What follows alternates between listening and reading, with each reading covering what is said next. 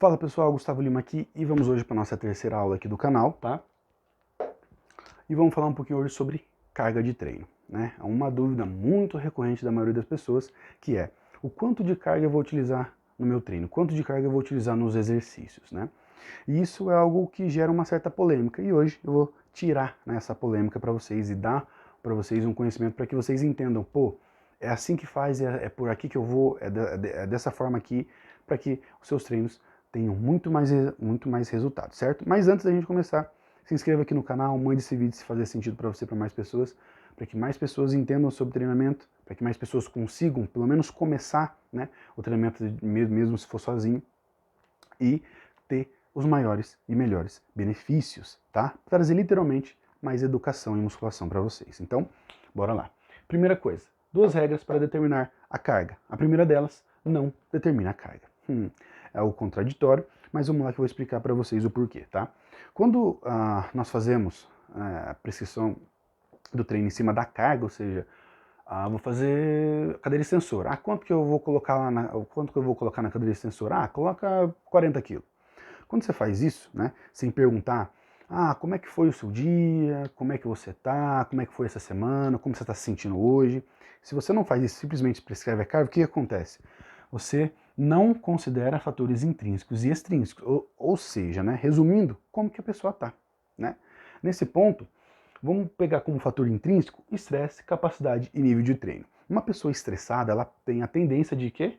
Perder a concentração. E a musculação é pura concentração. Então, se você não tem uma boa concentração naquele momento, a tendência é que seu treino não tenha boa performance, que seu treino não tenha bom rendimento, tá? E te coloque ali num caminho de riscos de lesões, né? Então, esse é o primeiro ponto. Segundo ponto, capacidade e nível de treino. Muitas vezes ao prescrever de forma isolada a carga, você pode errar a mão e fazer o quê? Prescrever uma carga muito maior do que aquele indivíduo suporta, pela falta de capacidade e nível de treino para aquela carga específica. Então vamos pegar um exemplo prático, uma pessoa que é iniciante, chegou para você, ela está estressada naquele dia, mas ela não te falou nada, e você também não perguntou, né? E nesse ponto o que acontece? Você prescreve, sei lá, uma carga, né, aleatória para ela.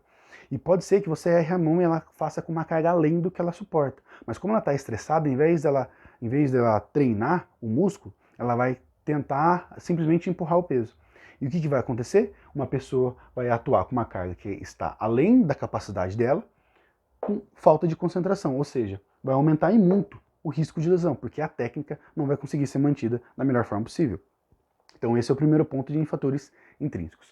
Fatores extrínsecos nós temos clima, temperatura e ambiente. Isso aqui é extremamente importante, porque quando nós estamos treinando, nós fazemos uma alteração no nosso débito cardíaco, ou seja, o nosso pulso ele aumenta, o nosso coração bate mais rápido, com o intuito de quê? Levar sangue, consequentemente oxigênio e nutrientes, para o músculo que você está treinando. E nesse ponto também acaba acontecendo o quê? Uma alteração na pressão arterial. E lembrando que indivíduos têm as suas peculiaridades, né? E você pode estar atuando com um indivíduo que tem uma pressão alta ou uma pressão baixa. Então, vamos resumir e colocar isso de uma forma mais prática. Vamos supor que a Gabriela, né, uma mulher que está iniciante, está começando a academia agora e tal, ela foi lá para treinar e daí foi lá, pegou a ficha e o exercício número 1 é o agachamento livre, tá? E daí ela foi e perguntou, né, perguntou para alguém ou se auto, né, respondeu, que carga eu coloco no agachamento livre? Ela falou, veio na cabeça, sei lá, 40 quilos. Beleza, 40 quilos. Então o que nós temos aqui? Exercício, agachamento livre, prescrição foi feita pela carga, 40 quilos, certo? Só que nesse dia está muito quente, né? E um detalhe muito importante que poucas pessoas analisam, que é ela tem pressão baixa. Então vamos resumir isso aqui para a parte dinâmica? Então ela foi lá, foi fazer o agachamento livre, pegou os 40 quilos, colocou na carga, colocou na barra e foi fazer. O que nós temos? Um exercício que é complexo, que vai exigir maior controle, maior estabilidade e vai causar maior desgaste, porque é um exercício multiarticular e você trabalha não só a parte dinâmica, mas de estabilização como um todo para poder fazer o exercício. Então vai causar um desgaste maior do que você estiver fazendo, por exemplo, um leg press, cadeira extensora.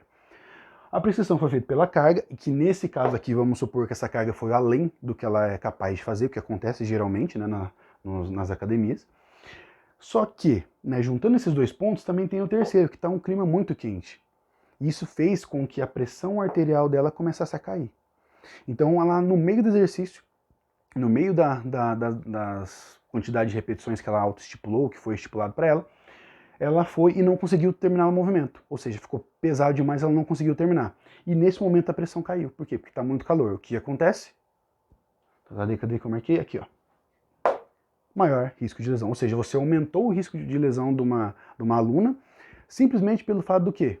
De ter feito a prescrição simplesmente pela carga e não ter levado em conta os fatores intrínsecos e extrínsecos daquela pessoa naquele exato momento. Certo? Então esse é o primeiro ponto. O segundo ponto, como fazer então essa prescrição de treino, né? Como fazer com que a pessoa treine no seu melhor naquele momento? Zona de repetições, tá? É dessa forma que você tem que prescrever o treino da pessoa, em cima das zonas de repetições. Por quê? Quando você faz isso, né? Quando você prescreve em cima das zonas de repetições, o que você traz para o cliente? Primeiro, autonomia. Autonomia para quê? Ele vai determinar o que é pesado e o que é leve para ele. 40 quilos, para mim, é muito leve. Mas para você pode ser pesado. Em algum outro exercício, para você pode ser muito leve, para mim pode ser muito pesado. O treino é individual, então isso tem que ser levado em conta. E você trazer essa autonomia, trazer essa independência para o teu cliente ou para o teu aluno é extremamente importante, porque ele tem que decidir o que é pesado e o que é leve para ele. Segundo ponto, traz conhecer a sua PSE. O que significa PSE, pessoal?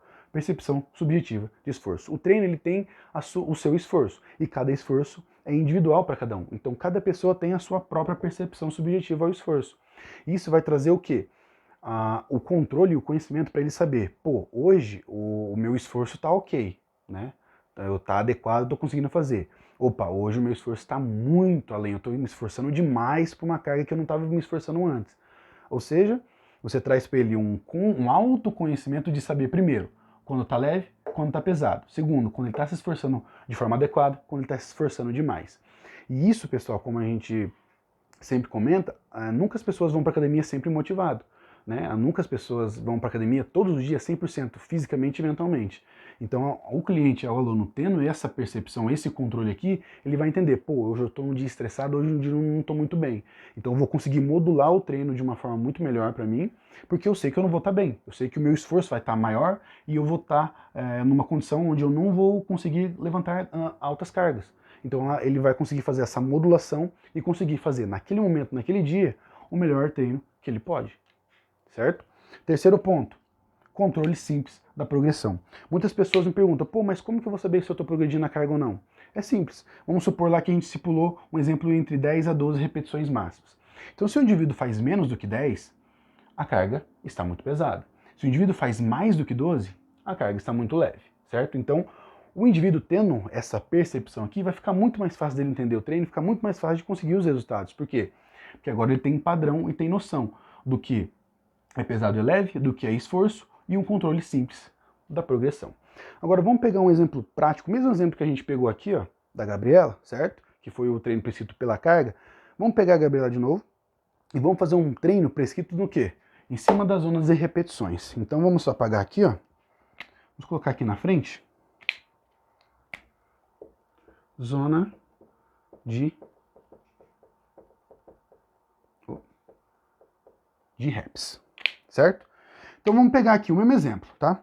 A Gabriela chegou lá na academia, né, pegou a ficha de treino, o primeiro exercício é agachamento livre, só que a prescrição da carga não foi feita pela carga de forma isolada, e sim pela zona de repetições. Então, ó, Gabriela, você vai fazer entre 10 a 12 repetições máximas, tá? Então o que ela vai fazer? Ela vai chegar, vai colocar uma carga que ela auto-selecionou e vai fazer entre 10 a 12 repetições. Se ela fez 10, ela sabe que, opa, eu sei que se eu fizer menos que 10 ou 10, a carga está mais pesada. Opa, se eu fizer 12 ou mais, eu sei que a carga está mais leve. Então eu posso ajustar para ficar entre esse range de repetições aqui. Aí beleza, ela vê o quê? Pô, fiz essa carga, sei lá, fez mais do que 12 repetições. Fiz 12, mas daria para fazer mais, tá tranquilo, eu não cansei tanto e não me deu tontura, ou seja, minha pressão não caiu, tá tudo ok. Ok, ela vai e aumenta mais um pouquinho na próxima. Na próxima série ela vai fazer, pum, pô, fiz 12 repetições, ficou um pouquinho mais pesado e eu senti que deu, no final, na 12ª repetição, deu um início aí de começar a dar uma tonturinha, da pressão começar a dar uma caída. O que aconteceu? Nós achamos, naquele momento, naquele treino, naquela sessão, a carga ideal para ela fazer, ter a condição de ficar entre a zona de repetições que foi proposta e sem ter o quê? Queda de pressão, ou seja, ela tem um controle tanto do exercício, pela carga, pela força, pela capacidade e nível de treinamento atual, e um controle da pressão arterial dela, que ela já sabe que é baixa e que ela fez o controle a partir da zona de repetições. Isso o que traz pra gente?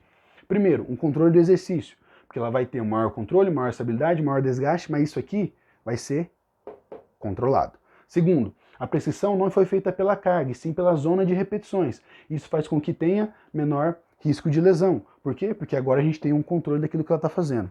Terceiro, o clima ainda está muito quente, mas pelo fato do primeiro e o segundo fator estar controlado, aqui vai passar sossegado. E o terceiro, o quarto e último, que é o detalhe que ela tem pressão baixa, mas aqui, pela forma da prescrição do treino, pela zona de repetições, a gente controlou. O que a gente tem no final?